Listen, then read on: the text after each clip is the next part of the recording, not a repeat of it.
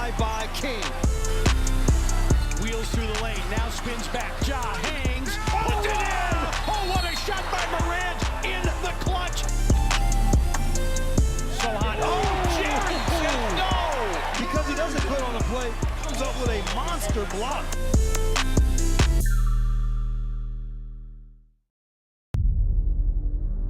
Can't wait. It's time to get it popping.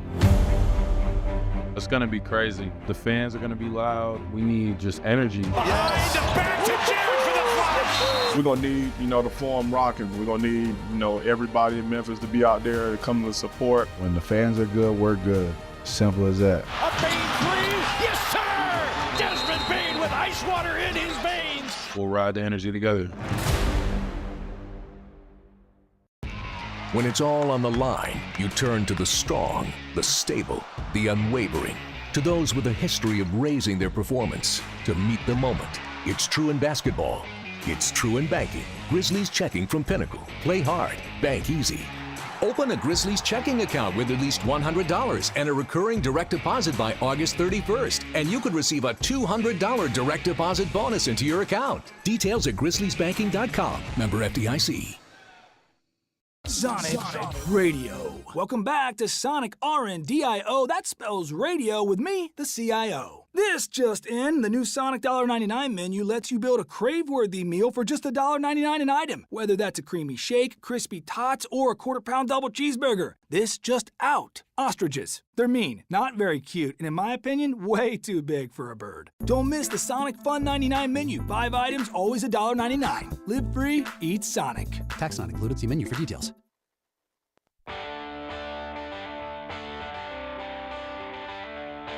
Live from the Built Ford Tough studio at FedEx Forum, it's the Gary Parrish Show, presented by Ortho South, on YouTube at Grind City Media and the official Grind City Media app. Now, here's your host, Gary Parrish.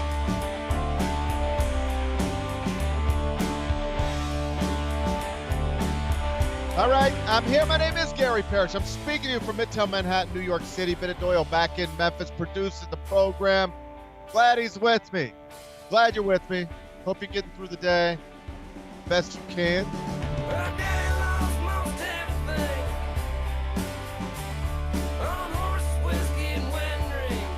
And I hope you're ready to stay up late tonight, because we're staying up late tonight. Thunder Grizz inside FedEx Forum. We're not tipping until a little after 8:30. It's time to load up on the K-Cups. We'll talk about it momentarily. First, though, quickly, let me set today's schedule for you. In the next segment, around 10:25, Chris Vernon is going to, he, of course, is the host of the Chris Vernon Show, weekdays noon, Grind City Media. Going to talk about a number of things with him, including the Grizzlies, including history made last night in the NBA. LeBron James, our king of America, became the first NBA player ever to score 50,000 points, counting both the regular season and the playoffs.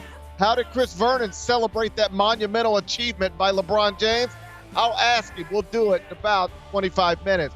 Finish talking to Vernon. We're going to take a break, come back with 5 more things you need to know, at which point we'll discuss 5 previously undiscussed stories. Among them, congratulations to Penny Hardaway as Tigers won at UTSA last night to secure the program's first regular season conference championship since 2013, which makes it the first regular season conference championship of Penny Hardaway's college coaching career at the University of Memphis. Awesome stuff. We'll celebrate it in about 40 minutes. Top-ranked Auburn had its 6-game winning streak snapped last night at Texas A&M. I'll tell you why I left Bruce Pearl's Tigers number 1 in the top 25 and 1. We'll do that a little later on in the show. The New York Jets have released Davante Adams, further undoing the mess they made when they went all in for Aaron Rodgers. We'll get Bennett's thoughts on that NFL development. We'll do it in just a bit. An interview has surfaced of Pete Rose discussing a possible Hall of Fame induction. It's an interview that he did just 10 days before he died last year. I'll tell you what the baseball legend said in the second hour. And rest in peace, around the horn, ESPN has announced that the afternoon staple is going to stop airing in May after 23 years on the air. End of an era in Bristol. We'll spend a few minutes on that during a segment we call 5 More Things You Need to Know. Then we'll eventually do GP's carryout. We'll call it a day. So that's the rundown. We got a lot to get to.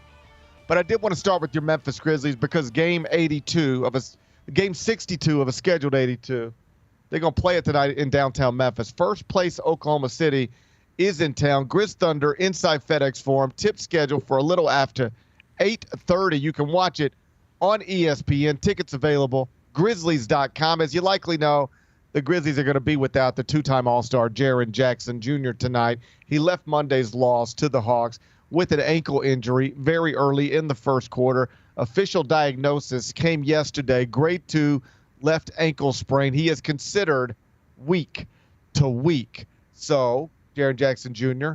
officially out tonight against Oklahoma City, probably out Friday at Dallas, probably out Sunday at New Orleans, and possibly out for what would be a 4th straight game on Monday against Phoenix, which would actually be like a 5th straight game sideline once you acknowledge that he only played, again, 2 minutes against Atlanta before suffering the left ankle sprain. So that's that, Big Bet Bennett. Jaren Jackson Jr. out tonight, and for the foreseeable future, Morant, Santi, Aldama, both listed as questionable for tonight. So the Grizzlies could be without their top 2 players and 3 of their top 4 against an Oklahoma City team that's 50-11, alone atop the Western Conference standings on a 4-game winning streak.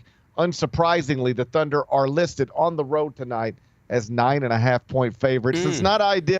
It's not ideal, Ben, and I'm sure everything will be okay eventually. I'm certain of it. But this is not an ideal set of circumstances for the Grizzlies on a Wednesday night. How are we feeling on a Wednesday morning? You know, I'm not feeling amazing. Obviously, that's a tough spot. That's a tough spot. Especially with those guys all questionable tonight as well. Okay, so I did go back and look because I wanted to see if I could find a little bit of positivity going into this tonight to try to get people fired up for this game. And this one's might be hard to get people fired up for as far as like a potential win because you're playing like the best team in the NBA and you're shorthanded. So that's going to be tough. But I went back and looked, GP. So Jaren played he's played most of this season before he got hurt. He played pretty much all of last season as well. The last time he missed a long stretch of games was 22-23 season. He missed the first 13 games of that season. And I went back and looked to see like what they did while he was out and who was a part of the team that's a part of this team. So the Grizzlies, they went 9-5 during that stretch, okay, to start that season when he missed the first 13 games of 22-23. Santi I just want to stop you for a second. Yep. And point out that 9-5 does not equal 13. I meant 14. I'm sorry. First 14 games of the season. My fault. And you know I'm not great at math. You know I'm not. I do know that. I'm not the best. It was the first 14 games of the season. Okay. It went 9-5. Gotcha. All right. So Santi gets the start for Jaren. It was obviously heavy Morant, heavy Desmond Bane on the offensive end. They were massive contributors, with Santi and Dylan Brooks also contributing offensively. Like there was, it was like Santi would have a big game, then the next night Dylan would have a big game. And then Steven Adams grabbed all the rebounds, right? We know Steven Adams. We know Dylan's gone. Santi's still here. And actually, believe it or not, John Conchar was a big contributor during that stretch as well, coming off the bench. Him and BC were pretty big. Those guys are still on the team, too. And then Jaren came back. They went on a big run. So, obviously, it goes without saying, looking at that stretch of 13 games, you need Santi Aldama to step up big in Jaren's absence. And if he plays tonight, that's kind of what I'm going to be looking at going forward. Can you get a guy? Obviously, you need Ja and Dez, right? You need Ja and Dez to be big, hoping that Ja plays tonight. But you need another contributor, and I'm looking at Santi Aldama and obviously BC off the bench too, depending on what the starting lineup looks like. So your way of getting me optimistic is to point out that the last time Jaren Jackson Jr. missed games, it wasn't that big of a deal because Steven Adams, Dylan Brooks, and Santi Aldama handled it. Steven Adams is no longer here. Dylan Brooks is no longer here, and Santi Aldama is possibly unavailable tonight, Bennett. Okay, well, but I told you we're looking past it. I mean, tonight's going to be tough. Tonight's going to be tough, bro. I'm trying to bring optimism to this, okay? We're not looking at just tonight. Jaren's going to miss some time, okay? I'm looking ahead a little bit here. Okay. Yeah, I'm looking ahead a little bit. So, yeah, you're going to need Santi. can Zach Edey step up in Jaren's absence? Like, can he? I don't know. I'm not saying can he be your Steven Adams, because Steven Adams was like awesome for this team. But like, can Zach Edey average a double-double while Jaren's out? He's been kind of close, like hovering around it. I don't know. It's a good moment for him. It's a big moment for him. I appreciate the effort. You did a homework assignment, buddy. I appreciate the effort. We'll see how it goes. 9-5 ain't bad. 9-5 ain't bad. That's a good record without Jaren. I would take that winning percentage without Jaren going forward. I think, although let's be honest, the schedule does lighten up a little bit. I mean, if you look at like what after tonight, I know you got to go on the road, but you get to go on the road against a Dallas team that's, I mean, buddy, if you think you feel bad as a Grizzlies fan right now, it ain't nothing compared to how a Dallas Mavericks fan feels. So not even close. Then you got the stupid Phoenix Suns, the stupid Pelicans. Yeah, Kevin Durant hates his coach. Kevin Durant was yanking his arm away from his coach last night. There's a whole bunch of stupid teams in front of us, so perhaps maybe that's the way to be optimistic, is that after you get rid of these Thunder, the schedule does lighten up pretty noticeably. The Thunder are coming off Monday's 137-128 win. They beat the Rockets, and in that game, Shai Gilgeous-Alexander got 51 points. He's now averaging 32.6 points, 6.2 assists, 5.2 rebounds per game, shooting 52.5% from the field. He is currently the favorite, and a pretty sizable favorite, to win MVP at -600, according to FanDuel Sportsbook. I've just got a cough. Give me a second. Get that out. I was about to die. Get that out, buddy. The 51-point game against Houston was actually Shai's it was his fourth 50-point game of his career, and all 4 of those 50-point games have come this season. I just started diving into this last night. I think it's kind of interesting. Only 39 players in the history of the NBA have ever scored 50 in a game 4 different times in their careers. 39 players in the history of the NBA have ever scored at least 50 in a game 4 different times. Shai Gilgeous-Alexander has done it 4 times this season. Trivia time. Okay. Who has the most 50-point games in NBA history? Who has the most 50-point games in NBA history? That's right. Kobe? Kobe is top 3, but not even close to number 1. Number 1 is going to be far and away ahead of everybody else. Let me just tell you, it's Wilt Chamberlain. That's what I was going to say. I was going to say Wilt first. Damn it. Well, nobody stopped you from saying Wilt first. Yeah, okay. Well, drop the video footage of the 100-point game before I believe that. Okay, Bennett's got some questions he wants to ask. All right. Somebody's been on the For You tab. Now they got questions about Wilt Chamberlain. I got questions. All right. Wilt Chamberlain had 118 50-point games in his career. I just told you only 39 people have ever done it 4 times in the history of the NBA. Wilt did it 118 times, if you believe the numbers. Michael Jordan is second. Okay, listen, here's even more insane. Michael Jordan is second on the list in 50-point games in his career with 31. Wilt is number 1 with 118, and Michael Jordan is number 2 with 31. I got questions. Bennett's got some questions. I know Devin can back me on this too. Look, I swear, it was last week on Twitter. There was like a new video of Wilt and Bill Russell fighting in some game, years and years and years ago. But we still don't have footage of the 100-point game. I got questions, dude. That's a huge number. Bennett has some questions that he feels needs to be addressed. All right? Yeah, I got questions about that. But based on current accepted numbers, widely accepted numbers by the sports community, Wilt Chamberlain scored at least 50 points in an NBA game 118 times. Michael Jordan is second with 31. And I told you Kobe Bryant is third with 25. Do you want to guess who's fourth? Who is fourth all-time history of the NBA in 50-point games? The top 3 are Wilt, Michael Jordan, and Kobe Bryant. Who's fourth? Kareem. Current player. I'm going to help you. Active current player. Okay. LeBron. No. KD. No. Steph. No. Who am I missing? Former MVP. It's not one of the greatest one-on-one players of all time.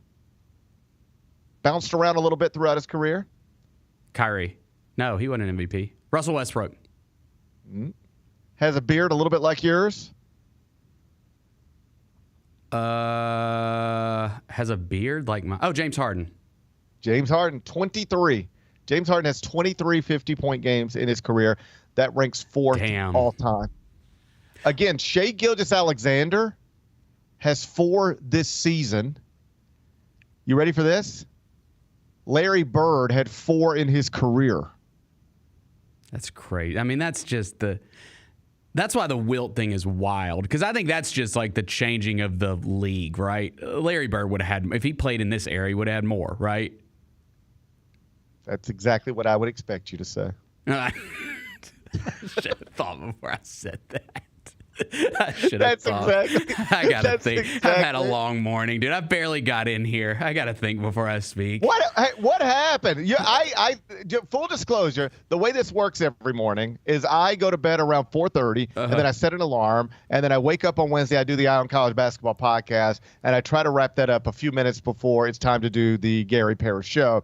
And so I close out one Zoom link and open another Zoom link or Skype link or whatever. And typically I can hear Bennett, and sometimes I can hear Kyra. And that's the part where we go, all right, am I on the right mic? Yep. And then Bennett will say, all right, can you hear me? And then he'll say, all right, tell me if you can hear this music. And then he'll play some music. And I'll say, yeah, I hear that music. Or often I'll say, no, I don't hear anything. Mm-hmm. Something's not working. Kyra, don't start the roll yet. Like, we got to figure out, I can't hear anything. Like, it's a thing every day. Yeah. All right. This morning I get on, and this is what I hear when I get on. I said, but what is going on? And Bennett's like, oh, I hear Bennett then going, like he's hitting things, like he's doing. And I finally had to say, Bennett, what is going on with you? Are you okay? It sounded like you were at the NFL Combine and you had just been asked to run the 40, and then been asked to run the 40 again, and then been asked to run the 40 again, and then been asked to run a 40 again. And then immediately after you did that, I was on a microphone with you. Tell people what's going on with you. There was a huge wreck on the interstate. Vernon can attest when he gets in here, he had to get off. He's going to be running late because he had to get off because it was like, dude, it was one of the worst wrecks I've ever seen. My God. I wonder if it even makes the news. Like, it was bad. Like, cars flipped over. There was a bunch of cars that I guess were involved in it, because like there's a bunch of cars pulled over with like little bumps and stuff, but there was 2 or 3 that were totaled, and there was a lot of paramedics on the side. It was bad. And the thing is though, is I was sitting there and it's like 9:15, and I'm like, okay, I'll be fine. I'm gonna be fine. I'll be able to get through this eventually. And then it's like 9:45, and I'm like, oh my God, I'm still sitting in the same spot. And I'm like, I'm not gonna get to work in time at all. I text Kyra and I was like, I'll be there. I promise. It's gonna be close. And then finally I was able to get through it. And I got here probably at like 9:56. And I couldn't find a parking space because I can't ever find a parking space. It's tough. It's tough. Please don't tow my car. Please don't tow my car. Whoever's listening to this, please don't tow my car. I'll go move it as soon as I can in a commercial break. But yeah, I made it. So I'm good. But I'm rattled, bro. Can you not tell I'm a little rattled? Well, I don't think you're telling the whole story. Let's tell the whole story. You told me you saw a body. I thought I did. It looked like something was getting covered up. It was, yeah. I have a vivid memory of my childhood. Like this is something I can visualize. I remember seeing this. We were driving to my grandparents' house. My grandparents lived over on Robco Lake, and you'd have to go like on 61, and it would sort of turn, and you're going down. It used to be like just short of like where the old Crystal Palace was and all that stuff, but like there was big like 4-lane road and constant traffic, whatever, and you're approaching it and there's a car accident there, and as we happen to be passing by, the ambulances and everything was just getting there, so we're passing by, the ambulances are just getting there, but everything that's happened is still very visible. And I as like a 5-year-old or a 6-year-old, very young, I remember seeing them actually put a sheet over a body in the road. Like I saw them, the act of putting the sheet over the body is exactly what I saw when we were driving by there. And I have that memory to this day. You won't forget it. I don't remember like big moments in my life, like columns I've written, people that I've met. But for some reason, that thing sticks. Do we have I know we have an explanation for it. Like, I'm fascinated by what sticks in your head and what doesn't stick in your head, what you remember and what you do not remember in life. Like, I have that memory. That's just something that happened. I don't know who it was. I don't know anything more than what I just saw in those 2 seconds. But I can close my eyes right now and I can still see it like it was yesterday. Yeah, I think it's always like violent stuff that you remember. Is it? Yeah, I think so. I don't know what that says about us, but like, yeah, the things that I remember are things like that, fights, like big fights that I've seen in person, like stuff like, yeah, that's kind of the stuff that sticks with you. Yeah. Well, I'm sorry if you actually did see a dead body this morning on your way to work. I'm sorry that you had to see that. That's okay. I'll be all right. Wouldn't be the first time. But you know what's even worse? Think about how random this is, just the world. Somebody just got up this morning, theoretically, like we don't know the story, but theoretically, like this happened somewhere today. Somebody just got up today, took a shower and brushed their teeth and put on their clothes and took their kids to school and then was going to work and now they're dead right now. Mm-hmm. Isn't that crazy? That's why you gotta be careful, man. That's why you gotta be careful driving. But don't sometimes drive reckless. Sometimes even when you are careful, it ain't up to you. Things are just somebody else driving. Well, that's what I meant. I meant the reckless people. Somebody driving reckless could just end it for you. It's a miracle every day. The most terrible thing in the world doesn't happen to you. That's a miracle. That's a great day. Every day you're not laying on the interstate being passed by Bennett Doyle on a Wednesday morning is a great day, right? Mm-hmm. Mm-hmm. Anyway, Shai Gilgeous-Alexander has scored at least 50 points. Oh, man. In an NBA game 4 different times in his career. 4 different times this season.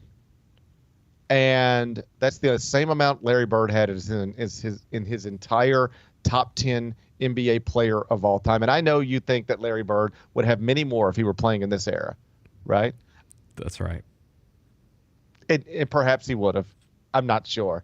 I just know that right now, Shai Gilgeous-Alexander in his mid-20s has as many career 50-point games as Larry Bird had in his entire career. You ready for this? Also, Shaquille O'Neal, 4 50-point games. Dwayne Wade, 4 50-point games. Shai Gilgeous-Alexander, 4 50-point games. Shaq Nikola Jokic, free throws, though. That's largely true. Nikola Jokic, only 2 50-point games. Patrick Ewing, only 2 50-point games. I'm just saying. No, he's great. He's great. At the very least, he's doing great things, and he is even minus though half 600. the points come at the line, he's still great. I knew you were going to start hating eventually. I knew you would start hating on that Skims model. That's what I eventually. Do. That's what I do. Thunder Grizz tonight inside FedEx Forum. Tickets available. Grizzlies.com. The NBA's leading scorer is in town. The favorite to win MVP is in town. ESPN's in town. Big night in downtown Memphis. I'll talk to Chris Vernon about it next. It's the Gary Parrish Show presented by Ortho South. Thanks for showing up, Memphis. Nothing compares to catching your Grizzlies IRL. And that all starts with buying tickets at Ticketmaster, the official ticket marketplace of the Memphis Grizzlies and the NBA. Ticketmaster gets you to the game so you can catch every highlight. Put that jersey collection to use for the next game and get Grizzlies tickets at Ticketmaster. Whether they're here at FedEx Forum or on the road, Ticketmaster's got your back when it comes to scoring tickets. And there's no better brag than saying you saw it live.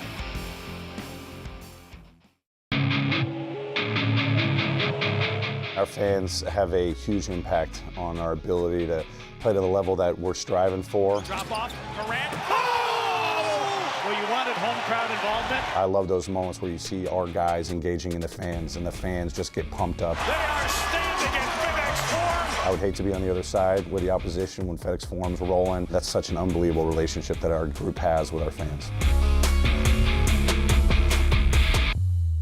Kroger shoppers and Grizz fans, want exclusive last-minute discounted ticket deals texted straight to you during the Grizzlies 2024-2025 season? Sign up with the new Kroger Buzzer Beater deal. Fans can sign up by texting Grizz to 636-479 or visit your local Kroger store in the Delta Division and scan the QR code. By signing up, you agree to receive recurring automated promotional and personalized marketing text messages from the Memphis Grizzlies. Consent is not a condition of any purchase. Message frequency varies. Message and data rates may apply.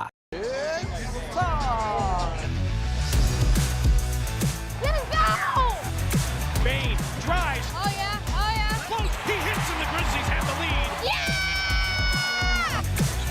Jaren with a knockaway. Good defense. Morant attacking, spinning, hanging, and hitting.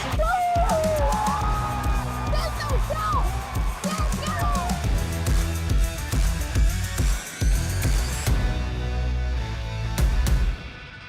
Thanks for showing up, Memphis. Nothing beats catching your Grizzlies IRL, and nobody knows that better than you. So next time you want to hit up a game, Ticketmaster's got your back with tickets to every upcoming matchup. Whether you're catching the Grizzlies at home or on the road, you'll find tickets at Ticketmaster, the official ticket marketplace of the Memphis Grizzlies and the NBA. Keep putting that jersey collection to use and get Grizzlies tickets today. There's no better brag than saying you saw it live. See you courtside again soon, Memphis.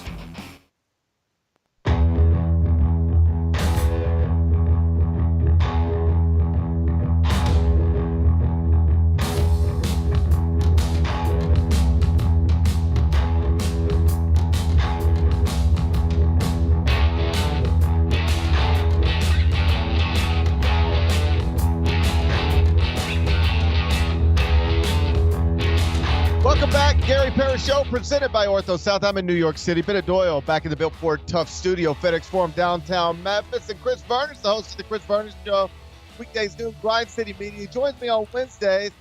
I think he's here right now. Chris Vernon, how are you? Oh, I am here. I'm here. Hey, Bennett ran into the same traffic you ran into. Bennett thinks he might have seen a deceased body. Did you see such things? No. I went the other way.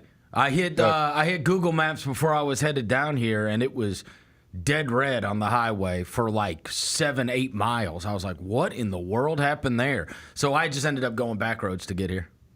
All right. Well, that seems like a smart approach. Hey, we had history made last night in the NBA. LeBron James became the first person to ever reach the 50,000-point mark if you combine both regular season games and playoff games. How did you and your family celebrate last night? I'm glad I missed this. I actually was at the premiere of the Tony Allen documentary downtown at the Halloran Center. And so I watched the Tony Allen doc and then was part of a panel with Tony, Zebo, and Michael Blevins, who made the movie, and Jessica Benson afterwards. And so I missed all of that, thank God. But I will tell you, the Tony Allen documentary was amazing. And let me stop you. Yeah. Let me stop you there for a second. I have not seen it yet, but it premiered last night, and everything I saw on social media suggested, per usual, people are excited about it. It was like Michael did a great job. I can't wait to put my own eyeballs on it. Yeah, it was awesome. It was great. Tons of people in it. And interestingly enough, I was going to be fascinated on what I did not know. And the whole first portion of the movie, they go back to Chicago and they go to Loden Homes in the projects where he grew up. Some of the people are still there. They talk to his high school coach. They talk to all manner of people that were. And so those are like the gaps that have never really been filled. Obviously, I've done a million shows with him. I've heard a ton of stories, even stories about Oklahoma State. I've heard stories about the Celtics. I've heard stories, right? But like the childhood stuff is something that is a gap that needed to be filled. I did not have an awareness of. And so that was awesome to see. Also awesome to see, like Zebo obviously came in town for it. He was there. Lionel Hollins was in the crowd last night, and he is great in the documentary. I saw Lester Hudson. He was there last night. Obviously, Tony's whole family was there last night. So, yeah, it was great, and I love to see it, and everybody's going to get to watch it. It's going to premiere on YouTube on Thursday night. So everybody will be able to watch it by Thursday night. And I do think that certainly if you have a fond remembrance of those grit and grind teams, you're going to absolutely love it. Truly. Let's talk about less great things, and that's the current state of the Memphis Grizzlies. It was all good a week ago, but now Jaren Jackson Jr. is hurt. John Morant remains questionable. Little losing streak with the first-place Thunder in town. Just listen, I've heard what you've had to say so far this week. Just take a gauge of where we're at right now with this Grizzlies season. I thought Bennett did a horrendous job of being positive. What are you talking about? I gave real number and positive. I thought it was horrendous. Honestly, I thought it was a terrible job. I will give you positive. When your expectations are at the lowest, things feel the best. You have an opportunity tonight to pull off literally the win of the year. Nobody expects you to win. Most people do not expect you to compete. Therefore, if you pulled it off, it would be the best win of the year. There are very few times that you can ever say, if something happened, it would by far dwarf everything else that happened in a season. This would dwarf everything that has happened in the season. Everything. If John Morant came out and played great, if that team rallied together and played great, when they're on this 3-game losing streak, when everything is down and out, when you're playing the best team by far, a team that just got to 50 wins before anybody got to 40 wins, and you're on national TV, if you pulled this off, it's the greatest. If you lose, everybody expected you to lose. Those opportunities are very, very rare. That's what Bennett Doyle should have said. But instead, I gave you concrete numbers and evidence as to why they could be good without Jaren. Yeah. Nobody cares. You know what? You sound like Mark Pope in the locker room, and I sound like Bruce Pearl. Mark Pope's having a great season. We want to win offensive rebounds, and who's going to give it their all and whatever. And Bruce Pearl's in there is like, what's their record in the SEC? You know what I'm saying? You know what I'm saying? They're not ready to play every night. Right? And so, like, this is you have an opportunity that you just never have. Expectations have been high. Our expectations have been high all year long, right? We're back. This is ultimate underdog stuff. Ultimate. And if you pulled this off, it is a game. If you pulled this off right after Jaren gets injured, this is a game that will be remembered. Like, not for the rest of this year. Like, people will remember this one for a long time. A lot of the 82 blend together. This one will not. In the same way, they still talk about the 8 guys with everybody out. The hateful 8. Going and win, right? Yeah. Going and winning in Cleveland. Yes. How? How do you remember that? That's one of a billion games we've watched, right? It's one of a billion games we've watched. Like, this one has the opportunity to stand out more than any other game. To me. I mean, I think the way I remember that is I got tipped off that the Grizzlies weren't using any players and decided that was an advantageous opportunity for me. And then it didn't work out at all. I think I got tipped off that the Grizzlies weren't going to have any players before the line moved, and that seemed like an advantageous position. Oh, wow. And then it didn't work out at all. Oh, sorry that I brought up a bad. sorry that I brought up a bad memory.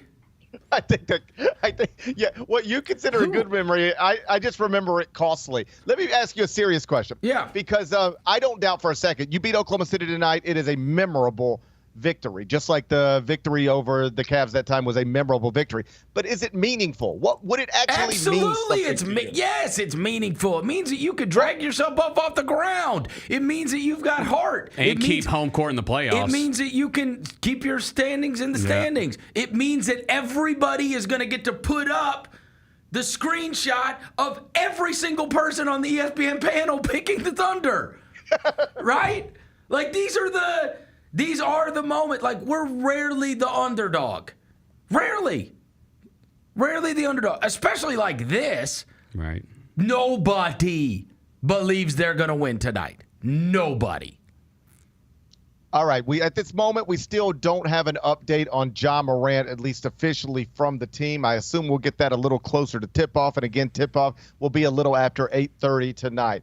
How concerned, independent of tonight's game, should we be concerned with what's going on, whatever it is, with Ja Morant's shoulder? I mean, I think just the fact that it went from soreness to deltoid contusion on the injury report is cause for pause. But, look, I don't know. It's hard to say because Taylor Jenkins said it's a short-term thing. So I'm going to take that, and that's what I'm going to hang on to. He said it's a short-term thing. I will go, and he said he has had conversations with the medical staff, and this is a short-term thing, and that it's something he's confident that Ja's going to be able to get over. And so, I have no access to MRIs. I have no access to Ja Morant. I have no access to. So you can only go by what they say. He's telling me not to worry, so I'm not going to worry. I don't know, right? What am I supposed to do? Like, it's got to be what? I don't know. I honestly, don't know, right. I have no idea what's going on with his shoulder, but he said it's a short-term thing, and that's all I can go by. Elsewhere in the NBA, you had an interesting moment between Mike Budenholzer and Kevin Durant last night. That thing seems to be just the mess of all messes, and now it's blown up in a pretty public way. Did they just hate each other for the rest of the season and then blow it up? No, well, didn't you like the story that leaked earlier this week about Mike Budenholzer basically telling Devin Booker to be less vocal? Yes. Called him in his office, basically told him to shut up. Can you please just shut up? And that's a big you got three big contract guys. One of them just shoved you away. Right. The other one hates you because you told him to shut up, and the other one you hate because he won't move his family, even though you want his family out of Phoenix. It's a wild deal. Well, and that's the big thing too. It's like the reason that is such a mess is because what you have to be so concerned about is that Devin Booker's, as you know, reporting news, you look at the news and then you evaluate who does this benefit, who does this come from, right? You're trying to figure out, right? There's absolutely no way in hell Mike Budenholzer wanted his meeting with Devin Booker to become public. Right. But Chris Haynes reported it. So who told Chris Haynes that, right? And that's where you're like, oh, God, they got real problems because it's being leaked out to a national media report that this is what's going on behind the scenes. You are now, and now, so you have just, it's just a massive breach of trust, right? That is very hard to get past. And so I think it's symptomatic of the fact that whole thing has just gone completely off the rails, right? Like they're obviously in conflict with their coach. They're obviously in conflict with their front office. Like it's a catastrophe.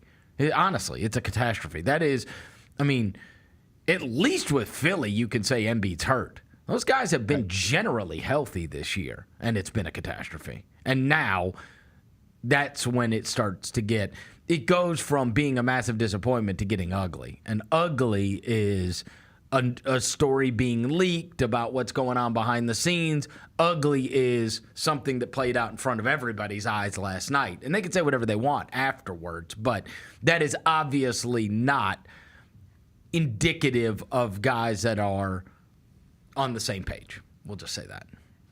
Last thing before I get you out of here. We've reached a point where people are going on ESPN and every other place where they talk about the NBA and saying things like Luka and LeBron are legit contenders now. Steph and Jimmy Butler are legit contenders now.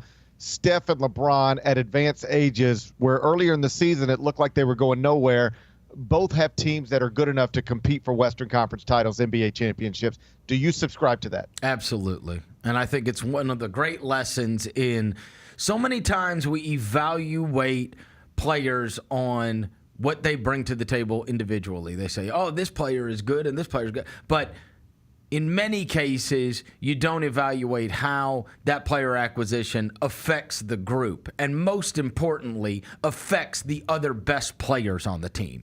And so you have the underrated one with the Lakers is Finney-Smith, which obviously we sit here in which we would have gotten him, right? But Finney-Smith has been outstanding for them. Getting rid of D'Angelo Russell has been outstanding for them. And frankly, going into the season, I had the Mavericks as my pick to make the West Finals and the NBA Finals again, simply because of on the strength of Luka, right? And it was going to be like, maybe this guy, he has his best supporting cast around him right now, and I think he'll be able to take the next step. Now, obviously, that didn't come to pass, and he got moved, but you can't very well say, hey, you thought that this team had a chance because of Luka Doncic. Well, now he's on a new team, and I don't think he has a chance. And the other thing is, you see the profound effect that Butler has had on Curry.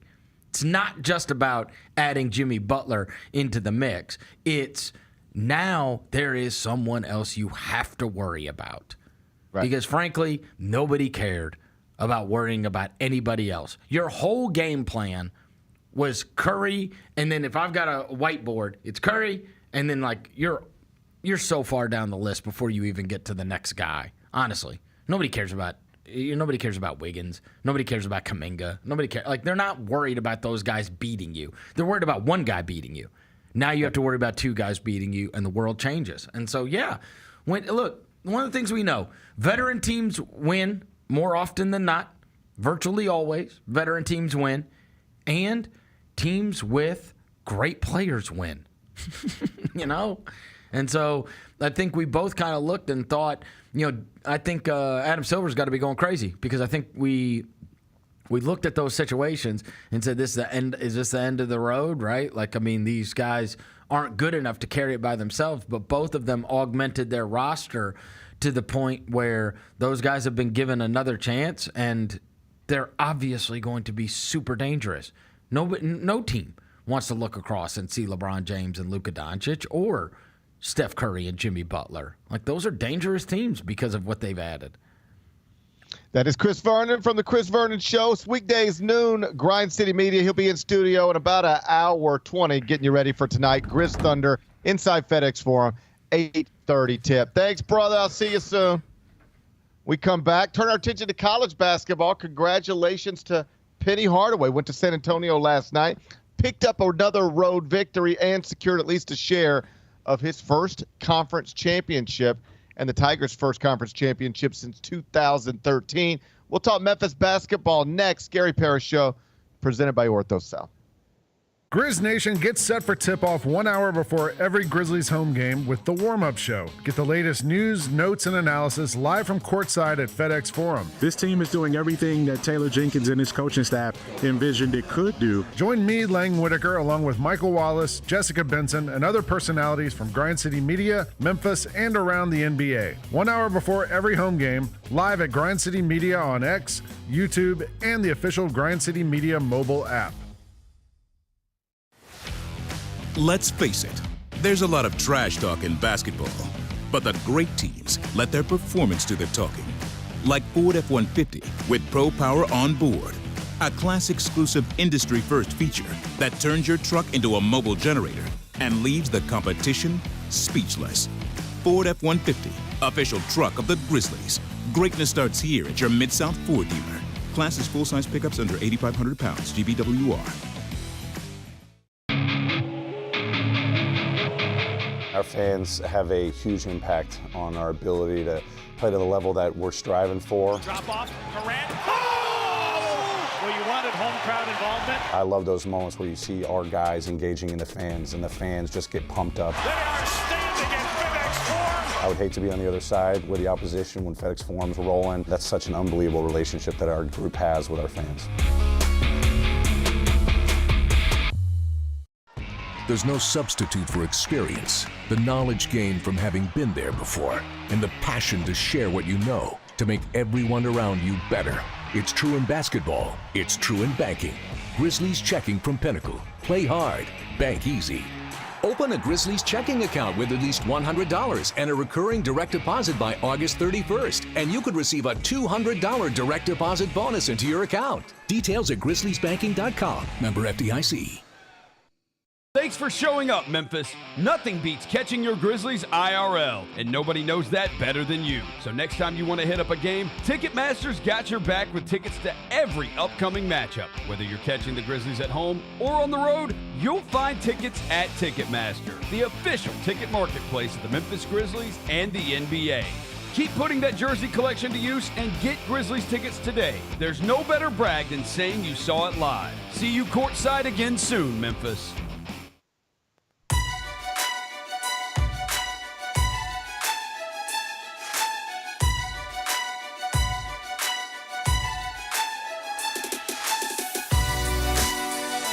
Orthopedic injuries can be unpredictable, unforeseen, and unscheduled. And Ortho South understands this better than anyone. Since your injuries don't make appointments, you don't need to either. And that's because Ortho South welcomes walk-ins during the weekdays, in the evenings, and even on Saturday. So next time an unforeseen injury makes an unscheduled appearance in your life, visit orthosouth.org to find your nearest urgent location. You can walk in, and Ortho South will take care of everything, especially you. Learn more at orthosouth.org. That's orthosouth at orthosouth.org. Now I got 5 more things you need to know. Number 1. Congratulations to Penny Hardaway as Tigers won at UTSA last night to secure the program's first regular season conference championship since 2013, which makes it the first regular season conference championship of Penny Hardaway's career. I know that the game didn't go as smoothly as you might have wanted or even anticipated, but a win is a win. A win secures at least a share of the AAC title. It's worthy of celebration. You're happy for Penny Hardaway, aren't you, Bennett? Should turn my mic on. Yeah, I am very happy. That was I sweated it a little bit more. I had to stand up, for the last few minutes and lock in. But I agree with you. Like, I don't take anything really from that game at all. PJ Haggerty wasn't good. He's your best player, but he did hit some big free throws down the stretch to secure the win. So I don't know. I mean, the circumstances were weird, man. You were playing in a high school gym. Like, it was the goals looked like they were going to fall down. Kyra, do you have that video of the Dane Danger dunk? Look at this. Look at this. He almost pulls the goal down. Like, it's I'm sorry. I'm not going to make fun of the AAC anymore and its members. I'm just not. It's just, come on. Like, them maybe not taking that game as seriously as they should have. I'm not gonna fault them for it. It was just weird. It was weird. UTSA is 205th in the net. UTSA does play in a gym that doesn't look like the type of gym a program like the University of Memphis should be playing conference games in. And I will tell you, hand to heart, last night in the broadcast center, in the place where we spend most of the night when we're not on actual television doing halftime shows and pregame shows and postgame shows, it's called the bullpen. It's just like rows of chairs and desks, and we have 12 TVs in front of us, and we typically have them on, all sorts of different sports stuff, usually college basketball stuff. Yeah. We had Memphis UTSA up on one of the screens, and we're watching the game, and I'm surrounded by people who don't care about Memphis, have never been to Memphis.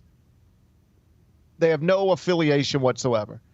And yet last night I had multiple people say, GP, they've got to get out of that league. Look at this play. Where are they playing? Where are they? Who are they? And honestly, it was like, first off, like here's where we're at. What is UTSA? That was the first question. What's UTSA? Oh, it's UT San Antonio. Oh, yeah. Okay. Is that where they play? That's where they play their games. Yeah. And Memphis is in the same league with that team. Yeah. And a lot of teams just like that. Dude, no, GP. got to get them out of there. I'm doing the best I can. I'm doing everything I can do. And I feel bad crapping on UTSA. It was just like watching that last night. I'm like, come on, man. Like, this is a big moment for Penny Hardaway and Memphis Basketball to be able to win this. And, like, just the aesthetics, like, watching it, I'm just like, oh, my God, this is where we're doing it at? Like, that arena probably holds 2,000 people. They had the freaking one of the upper decks curtained off. Like, I'm just like, what are we doing here? So, them playing bad there, it didn't make me think any differently about the team. It didn't make me think, oh God, is this trending in the wrong direction? No, I just thought that was weird and bizarre all around. All right, let's focus on the good. Enough of that. Let's focus enough on of the that. good. Yep. I was with Jessica on Monday morning, and she asked me, like, how big of a deal would this be? You know, the idea was Memphis on Tuesday night has an opportunity to go secure at least a share of the AAC title for the first time in school history.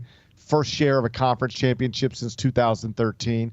First share of a conference championship of Penny Hardaway's career. How big of a deal is this? And I'm capable of holding both these thoughts at the same time. The AAC stinks. It's ridiculous that Memphis is in a league with these athletic departments.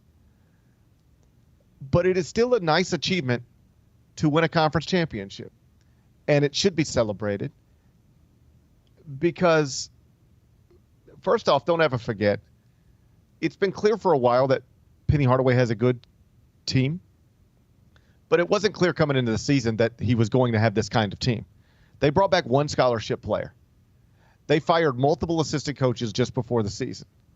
There was a lot more stuff to suggest this could be the beginning of the end, as opposed to the beginning of a season that leads to a conference championship. I still thought Memphis had the best roster in the AAC, but just evidence to support the claim that it wasn't clear-cut that Memphis was going to do what Memphis just did is that Memphis was not voted as the preseason favorite in the AAC. UAB was. Now, that was wrong, clearly, and I thought it was wrong in real time, and I told you that in real time. But the men who coach in that league were asked to submit ballots for who they thought would win the AAC this season, and they did not pick Memphis. They picked somebody else. So Memphis just won a league that the coaches in the league didn't think Memphis was going to win. Memphis just won a league for the first time in more than a decade. And when you're Penny Hardaway and you start your college coaching career with most people outside of Memphis being dismissive of you, discounting you, calling you a high school coach or an AAU coach, to then find yourself in position where you can go check your Wikipedia page this morning, and if it's been properly updated, it should say that you won an AAC conference championship in 2025. It will soon say that you were the AAC Coach of the Year in 2025. And all of that stuff is important. This is a man who has taken a lot of criticism, some of it from right here in this microphone. The first 6 years of his college coaching career, although I campaigned for it and wanted it, it did not go smoothly. It was up and down, and there were probably more downs than ups. Off the court issues, on the court issues.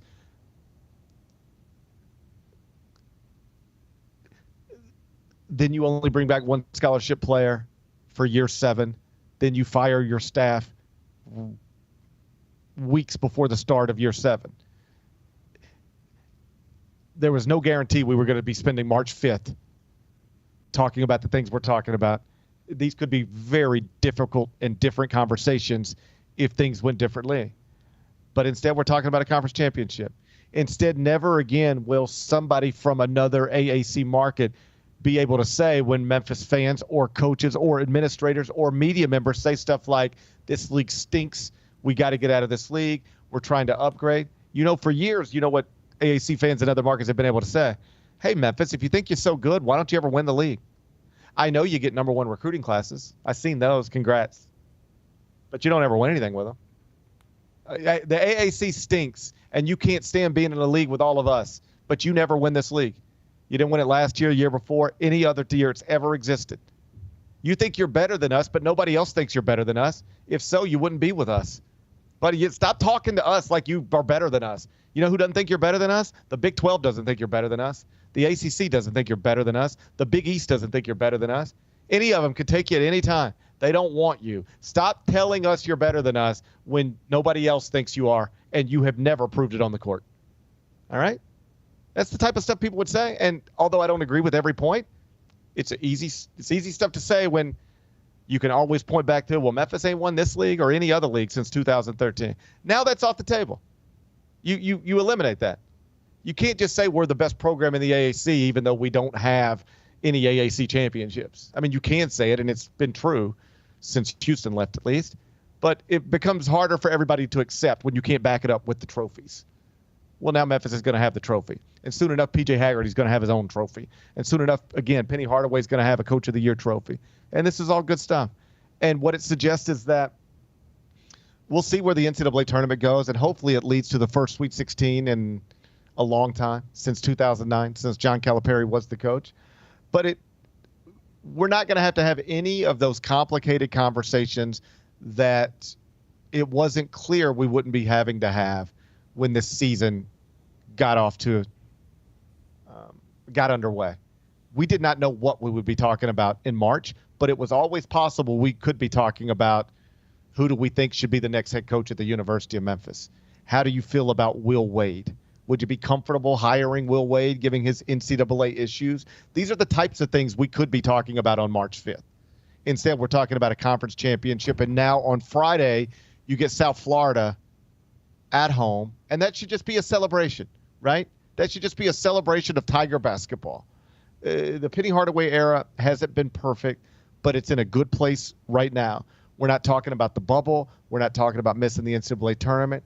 You're talking about a Friday game where you can come home and have an opportunity to win an outright conference championship and make it even better than it otherwise would have been. So I know the AAC isn't the best league in the country. I hope someday Penny Hardaway is in a position to win a different league, a better league.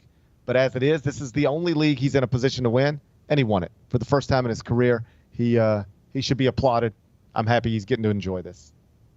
Number 2.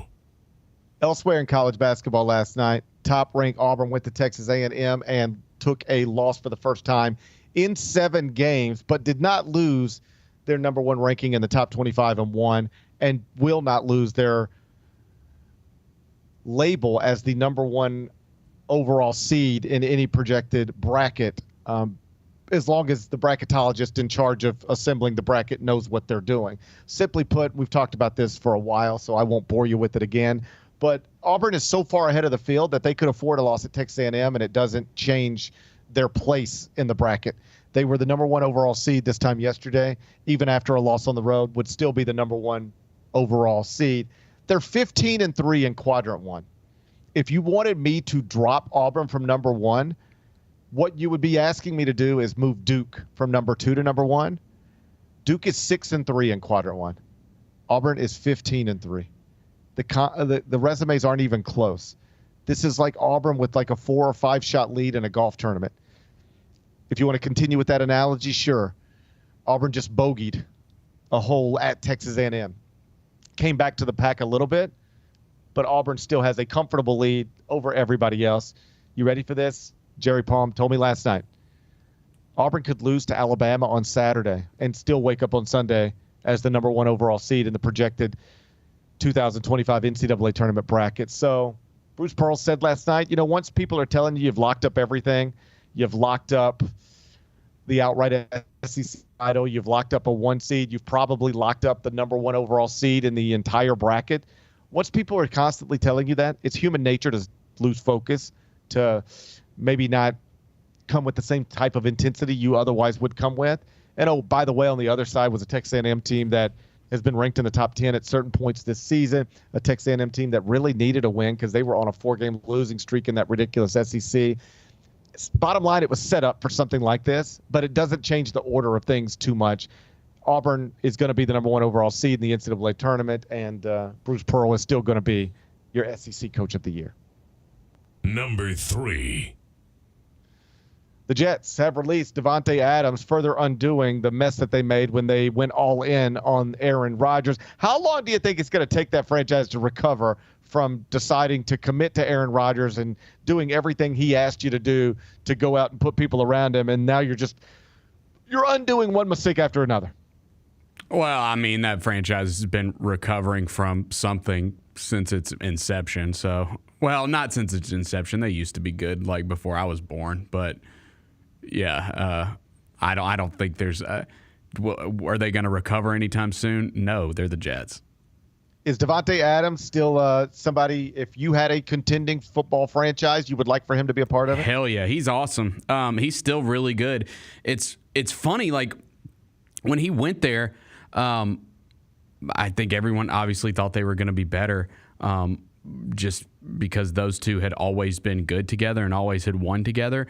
And the thing is, he was good. He was good for the Jets, and it didn't matter. Like, they were just a disaster anyways.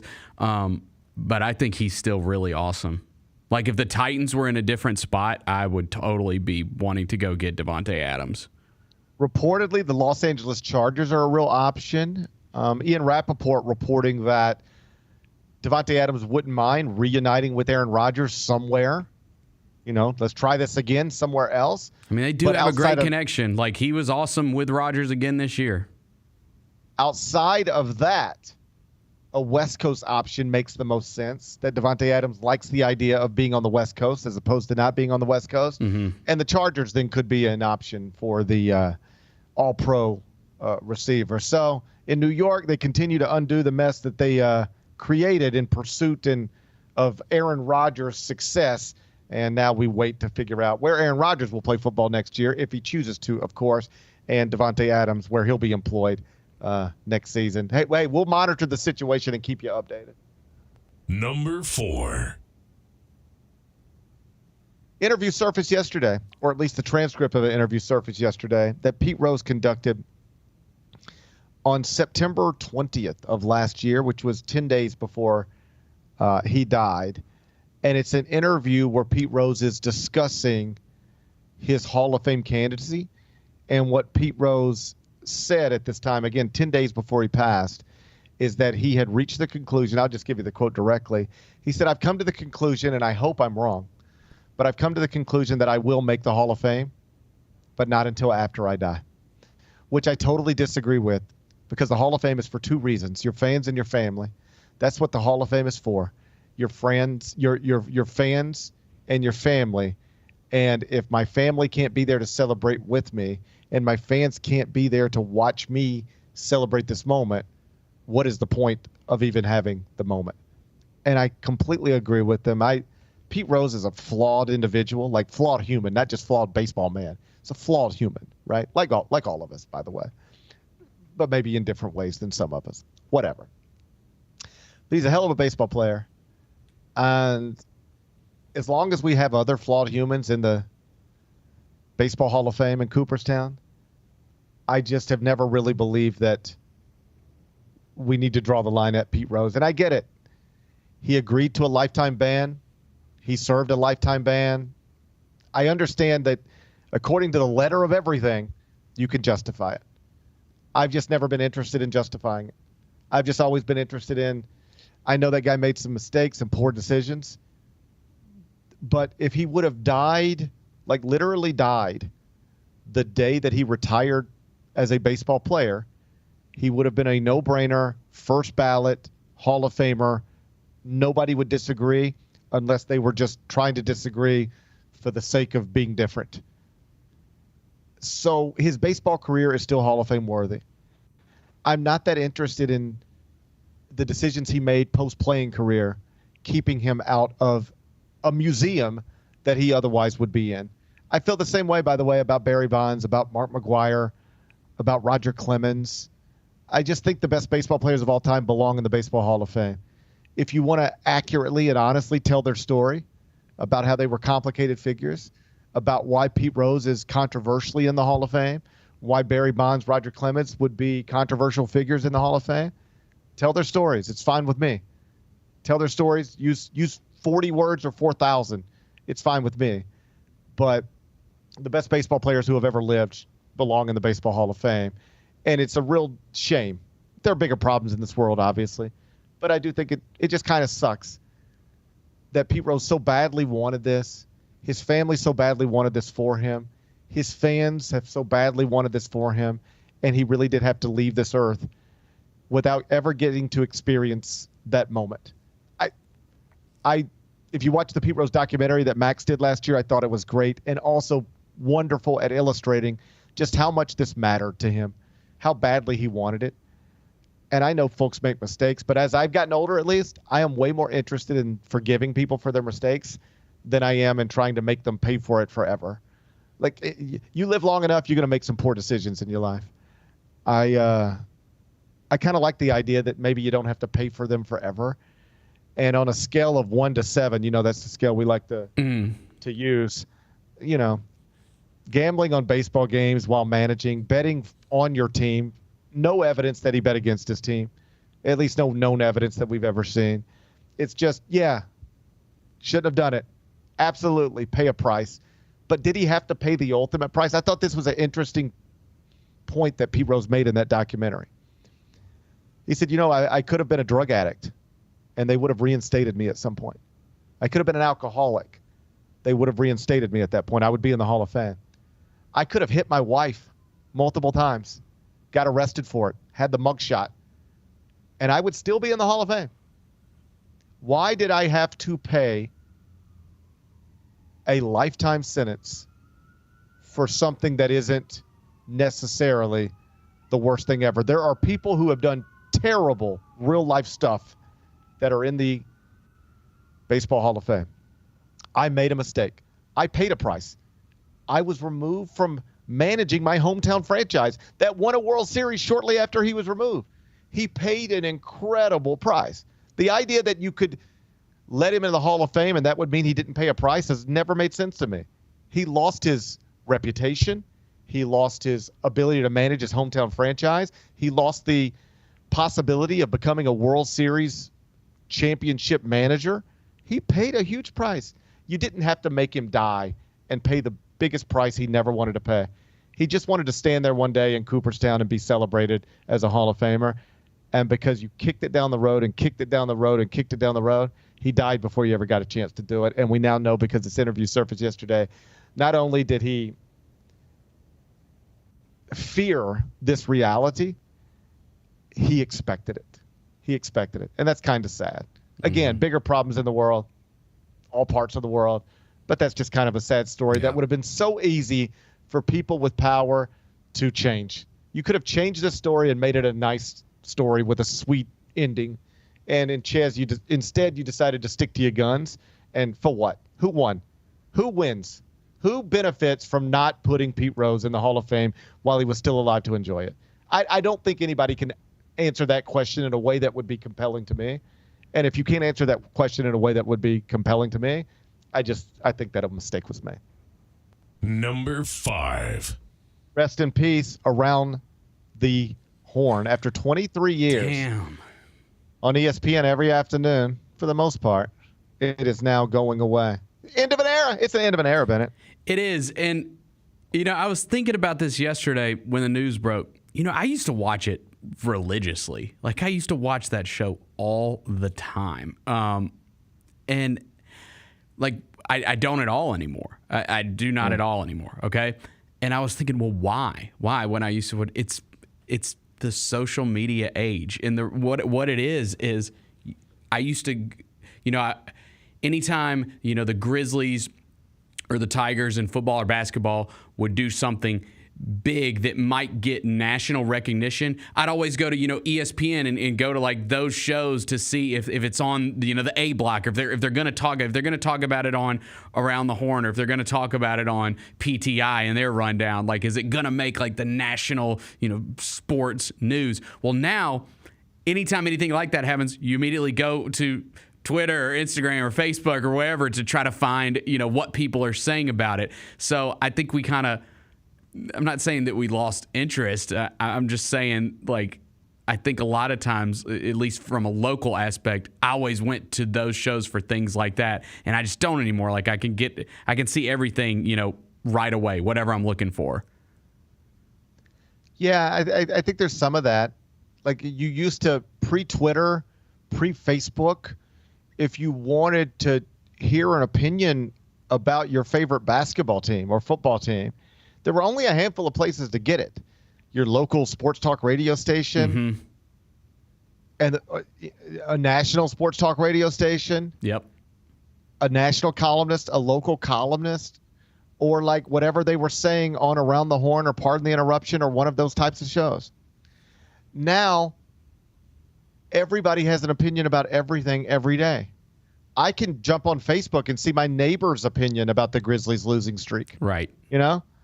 Everybody's opinion is just out there, which, you know, I don't know how good that is. I don't need to know what everybody thinks about everything. In fact, I much prefer not knowing. Like, I liked people better when I didn't know what they thought about everything in the world.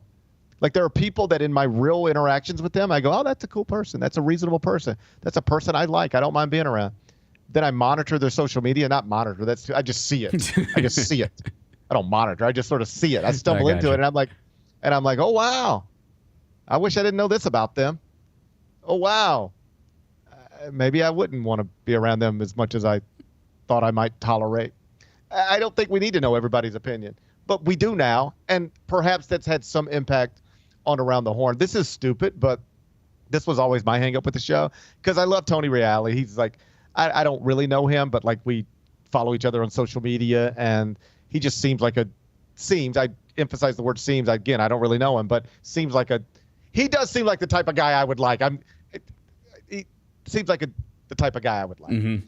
And obviously some of the panelists over the years have been either friends of mine or people I respect or vice versa. My issue with the show was always the scoring system. It never made sense to me. And I could just envision the way my mind works forever being frustrated if I were on that show because I don't understand why I'm not getting points or why I am getting points or why somebody else is getting points. Or like, can you imagine how irritated I would get if I'm trying to make one of my points? I was just thinking about that. And somebody just muted me. I want to start doing. Since they're going away, I want to take the PTI system and bring it to this show. So like this morning when I give my power of positivity talk on the Grizzlies and you're shitting on it, I can be like, like I would want to fight. Like I would have. That's the only thing I could ever think about when I watch that show is how much I would hate being on that show because I would get. If something doesn't logically make sense to me, I get frustrated by it immediately. And the scoring system never made sense to me. I would be calling production meetings to be like, all right, we got to talk about the scoring system. This is BS. And then like Tony Reale would say, GP, it's not that big of a deal. We're just like hitting buttons and having fun and laughing. I'd be like, no. No, it is a big deal. we're keeping score. Okay, we're keeping score. And they tell me I'm a 16-time winner or a 22-time winner. So we're playing for something here, but I don't know how to score. Like if we're playing football, I know how to get 3 points, and I know how to get 2 points, and I know how to get 6 points. If we're playing basketball, I know how to get 2 points, and I know how to get 3 points. But I don't know how to score in this game because sometimes you give me points, and I don't even know why. Other times you take away points, I don't know why. Sometimes you just mute me right in the middle of a thought, and that seems disrespectful. Like, I'd go crazy on that show. And that's the only thing I could ever think about. God, I'd love to see you on PTI. I could never even enjoy the points these people were making because the whole time I was frustrated by the scoring system. All right? So that's my main takeaway from Around the Horn. I could not stand the scoring system. What I do find interesting about this in an industry level thing is that you don't have to work in the industry to know that these live sports contracts are massive, that some networks are cutting back. It's been major layoffs at ESPN. They just terminated their deal with Major League Baseball, in theory, to save money or at the least to not spend as much money as they otherwise would spend. And so just as somebody who works on shows like this, I can just tell you what this is. You see Tony Reale. You turn on that show, you see Tony, you see some panelists. What you don't see are 3 different camera people. What you don't see is the talent coordinator sitting in a room just off the side of the set. What you don't see is the director and producer sitting in a control room somewhere. What you don't see is the runners who are making sure everybody's got lunch and coffee. And I'm just saying, anytime you're watching a studio television show like that, there might be 5 people you see on camera and 20 people you don't see on camera, but they're all there to work. It might be 30. And you bring all these people. Like, one of the things they say about when we do, say, Inside College Basketball, and don't quote me on these numbers because I don't know if it's exactly right, but one of the things you'll hear is it costs $20,000 just to turn the lights on. Every time we turn the lights on in the studio, that's $20,000 bare minimum. That's just what you're spending tonight. That's good. If we're going to be in studio tonight, it's going to cost $20,000, right?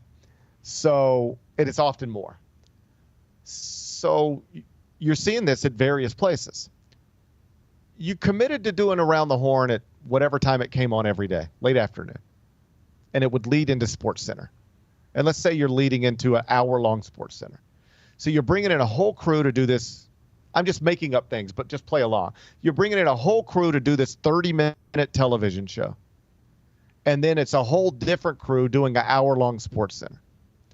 Now, the truth is, Around the Horn, any television show that lasts 23 years is that's by definition successful.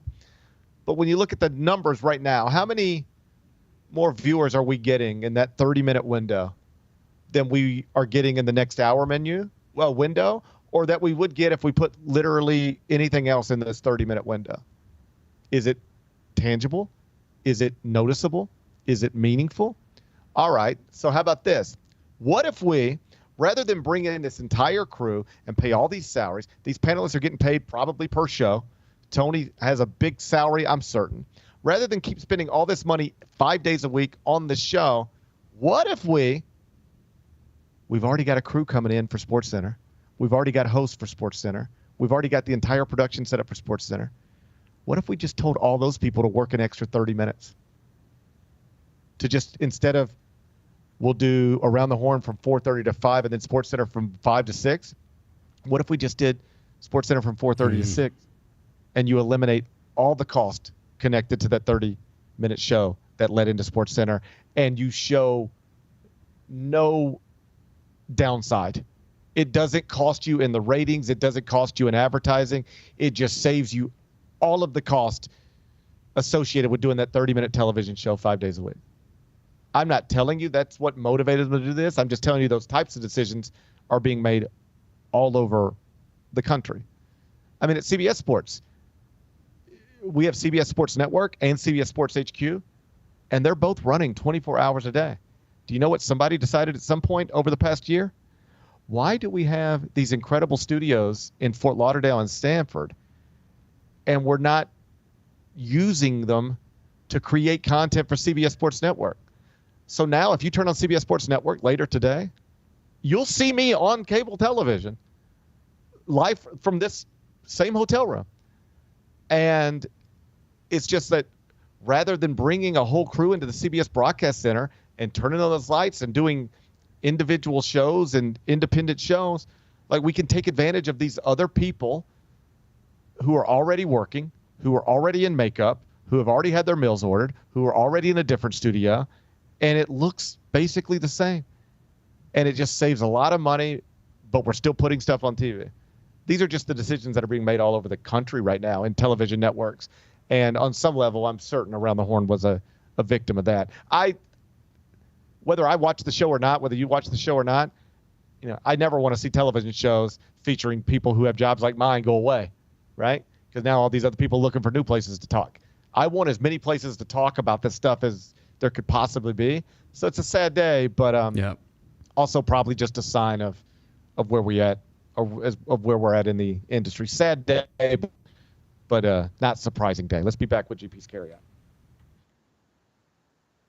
We did get a new shoe that dropped today that we should all be able to get if we want it. Fire. And it's been one people have been waiting for a long, long time. Yep. Asia Wilson. What do you guys think about the shoe? I love it. It looks great. We see people wearing Jaws. We see a lot of people wearing the GT line, but then also we see a lot of NBA players wearing the Sabrinas. Sabrina, yeah. I bet you there's going to be a lot of NBA players wearing that. I agree with you on that. Oh, yeah. The Sneak Fest Show, live Tuesdays at 2 p.m. on Grind City Media on X, YouTube, and the official Grind City Media mobile app.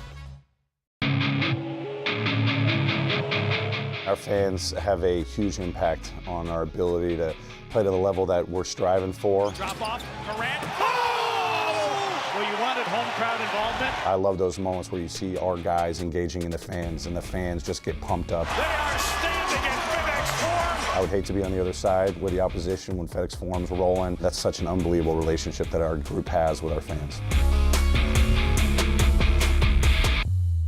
Kroger shoppers and Grizz fans, one exclusive last-minute discounted ticket deals texted straight to you during the Grizzlies 2024-2025 season. Sign up with the new Kroger buzzer beater deal. Fans can sign up by texting Grizz to 636-479 or visit your local Kroger store in the Delta Division and scan the QR code. By signing up, you agree to receive recurring automated promotional and personalized marketing text messages from the Memphis Grizzlies. Consent is not a condition of any purchase. Message frequency varies. Message and data rates may apply. Shinedown. Dance Kid Dance Tour. Live in Memphis. FedEx Forum Saturday, August 30th. With special guests, Bush and Morgan Wade. Get tickets now at livenation.com. Shinedown, live in concert. For more, visit shinedown.com. Grizzlies fans, dunks, dimes, and no-looks are great on TV, but nothing compares to catching them IRL. And that starts with buying tickets at Ticketmaster, the official ticket marketplace of the Memphis Grizzlies and the NBA. Ticketmaster gets you to the game so you can catch every highlight in person. From seeing your favorite Grizzly stars up close to hearing the squeak of the sneakers on the hardwood. Put that jersey collection to use and get tickets at Ticketmaster. There's no better brag than saying you saw it live. See you courtside, Memphis.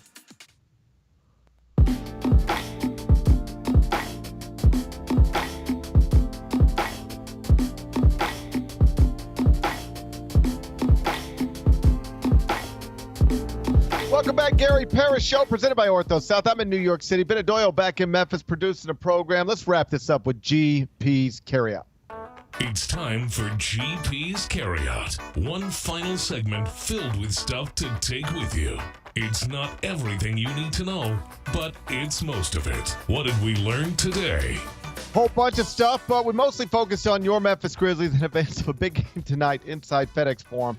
8:30 tip. Little later than normal. Plan accordingly.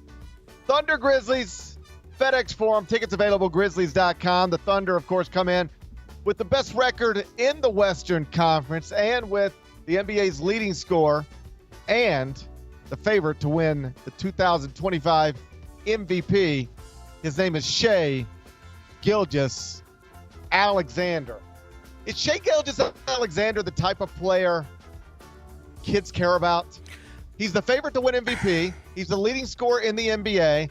You ready for this? My kids have never mentioned him to me one time until they watched the recent Netflix documentary on the 2024 Paris Olympics and noticed him there for Team Canada. But I did think that was interesting. Like, my kids are Jaren, Ja, Dez, Santi, Zach, all that. Gigi, all that. Steph, LeBron, Anthony Edwards, Kevin Durant, all that.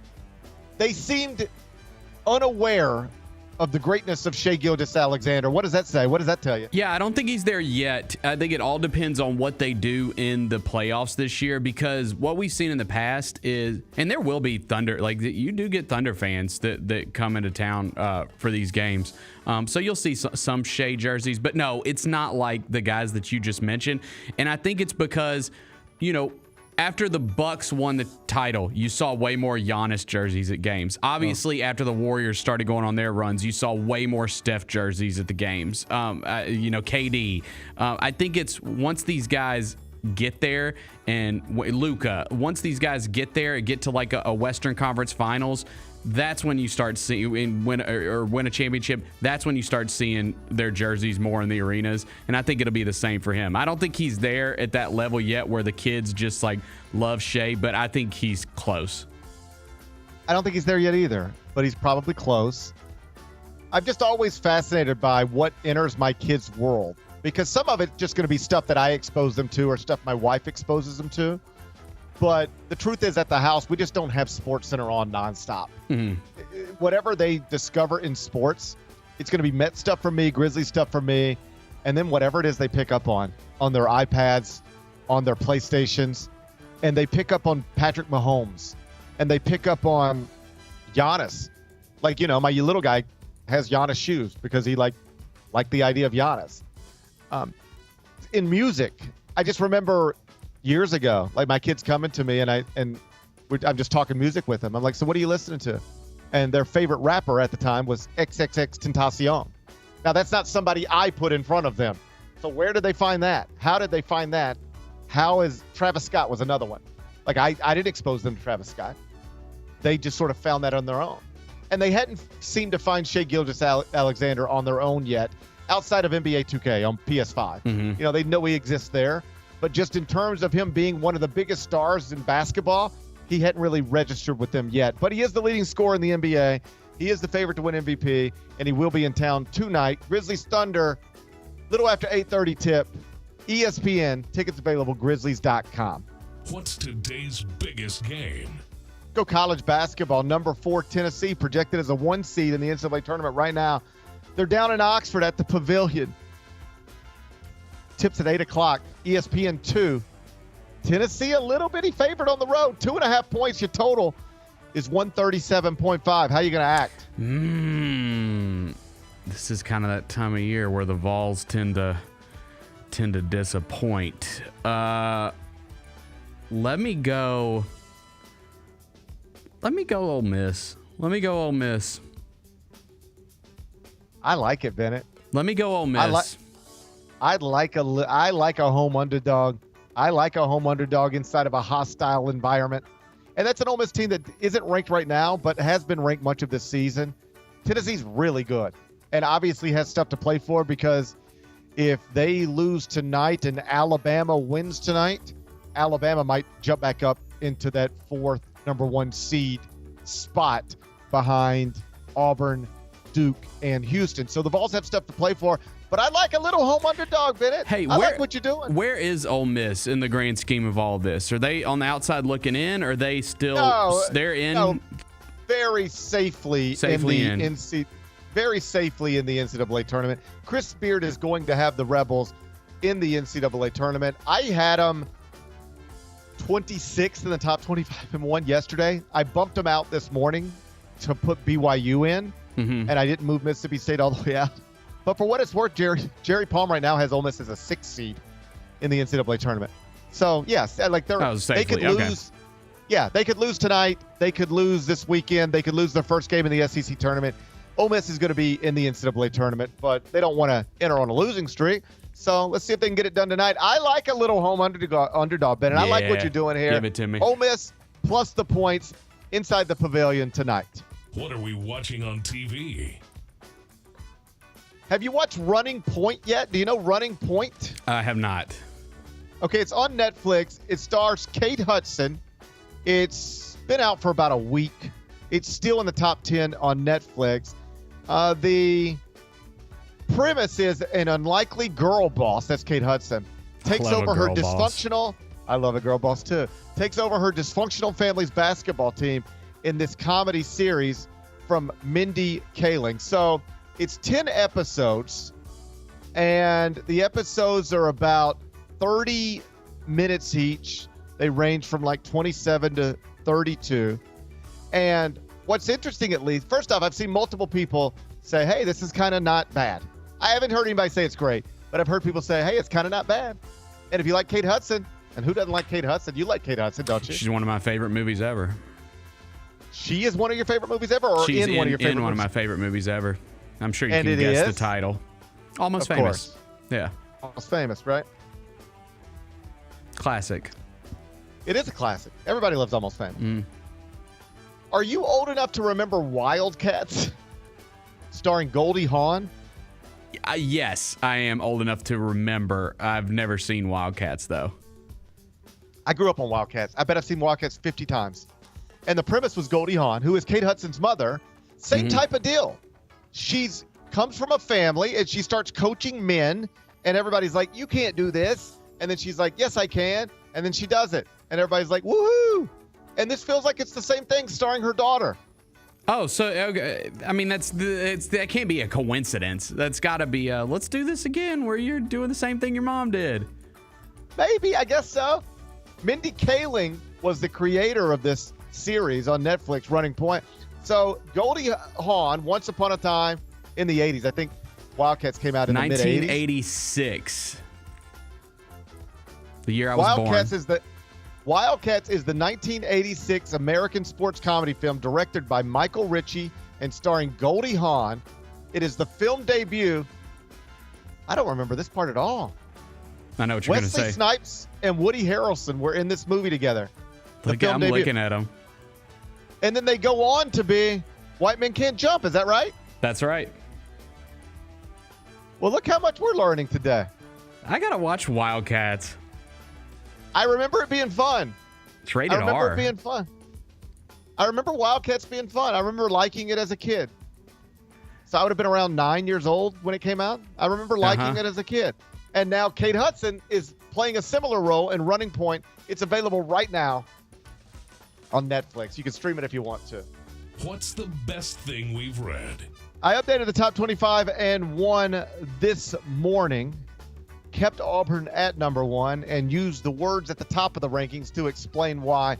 We talked about it earlier in the show, but if you haven't read it yet, you can find it cbssports.com. What's on tap for tomorrow? Well, tomorrow will be Thursday, so we'll be looking back at Grizzlies-Thunder, hopefully talking about an improbable win inside FedEx Forum. Either way, Mike Wallace is going to join me, so we'll chop it up with him. Should be a fun show. Looking forward to it already. Enjoy the rest of your day. I'll enjoy mine. Then we're going to meet back here tomorrow at 10. Till then, be careful, be kind, be good. Rep your hood.